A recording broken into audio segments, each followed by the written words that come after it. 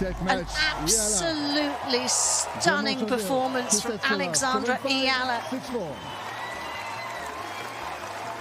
It was almost as if she couldn't believe it as she celebrated that and takes out the world #2. Second time in her career she's beaten a player.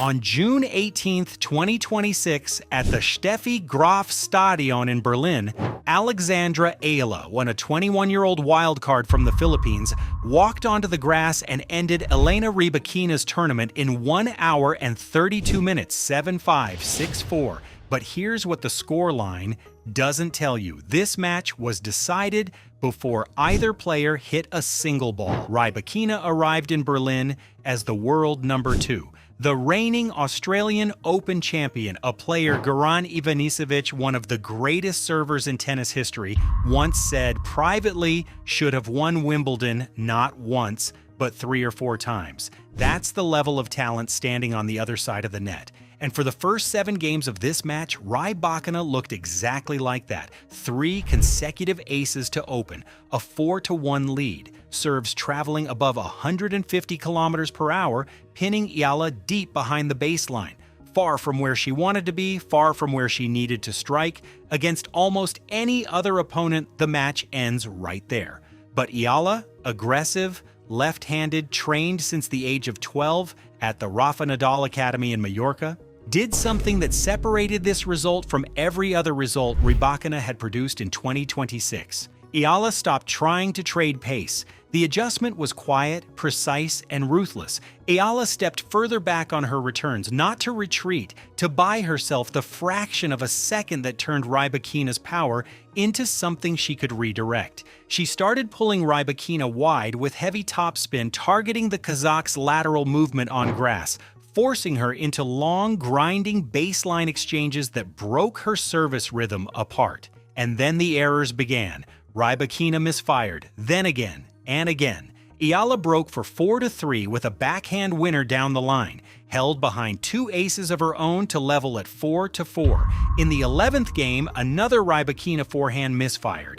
Eala served for the set. On Rybakina's 23rd unforced error of the set, Eala took it 7-5. 23 errors in one set, from a player who finished the match having fired 13 aces and still lost. And that's when the second set told an even starker story. Rybakina won 81% of her first serve points during the match, an elite number, a number that should win matches, and yet Rybakina won only 35% of her second serve points. Eala won 67% of her own. That gap, that specific 32-point gap in second serve performance, is where this match lived and died. Every time Rybakina's first serve missed, Eala was already waiting. A single break in the second game of set 2, manufactured on a backhand passing shot at 30-30, gave Eala a 2-1 lead she never gave back. 30 total unforced errors from Rybakina by the time it was over. But here's the question those numbers actually raise. How does a player of Rybakina's caliber produce 30 unforced errors against a wildcard on the surface where she's supposed to be most dangerous? To understand that, you have to go back to June 12, 2026, 6 days before this match, after a quarterfinal loss to Katie Boulter at the HSBC Championships in London. Elena Rybakina deactivated her Instagram account. Over 906,000 followers gone overnight. She'd already restricted all comments on her posts after her second-round exit at the French Open. Then during Berlin Media Day, Rybakina spoke directly about what was driving the abuse: online sports gambling. The Signify Group's threat matrix service had quantified it. 77% of identified digital abuse directed at professional tennis players was directly linked to sports betting. Gamblers who'd lost money on her matches, targeting her relentlessly. That alone would destabilize most athletes. But Rybakina's situation in 2026 went much deeper than social media. In November 2024, Rybakina hired Goran Ivanisevic, the 2001 Wimbledon champion, the man who coached Novak Djokovic to multiple Grand Slam titles, to lead her season. Within 2 months, Ivanisevic resigned. His reason, stated publicly: Things happened off the court that I couldn't control and didn't want to be a part of. What those things were became partially visible when it emerged that the WTA Safeguarding Division had opened a formal investigation in the summer of 2024 triggered by a complaint from a member of Rybakina's own family, WTA CEO Portia. Archer drafted a 3-page summary with a specific conclusion that Rybakina and her coach Stefano Vukov maintained what the document described as a toxic relationship. The report found that Vukov repeatedly made Rybakina cry, subjected her to severe mental abuse, and regularly called her stupid, telling her that without his guidance, she would still be in Russia picking potatoes. The WTA issued Vukov a 12-month coaching ban in February 2025. He bypassed it during the Australian Open by staying in Rybakina's hotel room. An independent tribunal lifted the ban in August 2025. Vukov returned, and then, on May 27, 2026, less than 3 weeks before Berlin, Rybakina took the court at Roland Garros against Yulia Starodubtseva, ranked world number 55. Mid-match, Vukov got into a heated argument with Rybakina from the players' box. Then he walked out. Left alone on court, Rybakina committed 71 unforced errors. She lost 3-6, 6-1, 7-6, 4, having held a one-set lead. 71 unforced errors against the world number 55. That's the opponent Alexandra Eala faced in Berlin. But here's the contrarian interpretation the facts actually support. And it matters, Eala didn't simply benefit from a weakened Rybakina. Eala forced a structurally destabilized opponent to play the exact style of tennis that made her psychological fragility visible. There's a difference.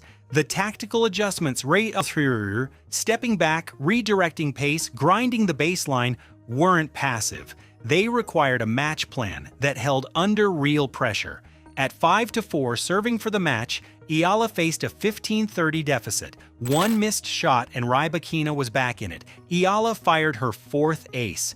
2 points later, Rybakina's final baseline error ended the match. In her on-court interview with Andrea Petkovic, Eala described what she felt in that moment. She said she was foggy, that she was shaking on match point, and then right after the interview, Eala called her father, Michael Mike Eala, corporate executive, part of a family that includes Noli Eala, former chairperson of the Philippine Sports Commission and commissioner of the Philippine Basketball Association, and a mother, Rosemarie Riza Maniego Eala, who won a bronze medal in the 100-meter backstroke at the 1985 Southeast Asian Games in Bangkok, clocking 111.36, a family that doesn't fold under pressure, a family whose daughter was introduced to tennis at age 4 by her grandfather, Roberto Bobby Maniego, who won the Les Petits tournament in France at age 12, who left the Philippines to train in Mallorca under the Rafa Nadal Academy system and graduated in 2023,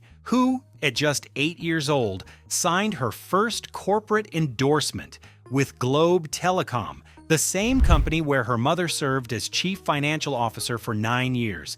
This was not a wildcard who appeared from nowhere. Berlin was Eala's 5th career top 10 victory. The previous 4 came against Madison Keys in Miami, Iga Swiatek in Miami, Jasmine Paolini in Dubai, and Coco Gauff in Indian Wells, each in straight sets, each requiring a different tactical solution to a different elite problem, and the head-to-head record adds something important to that picture.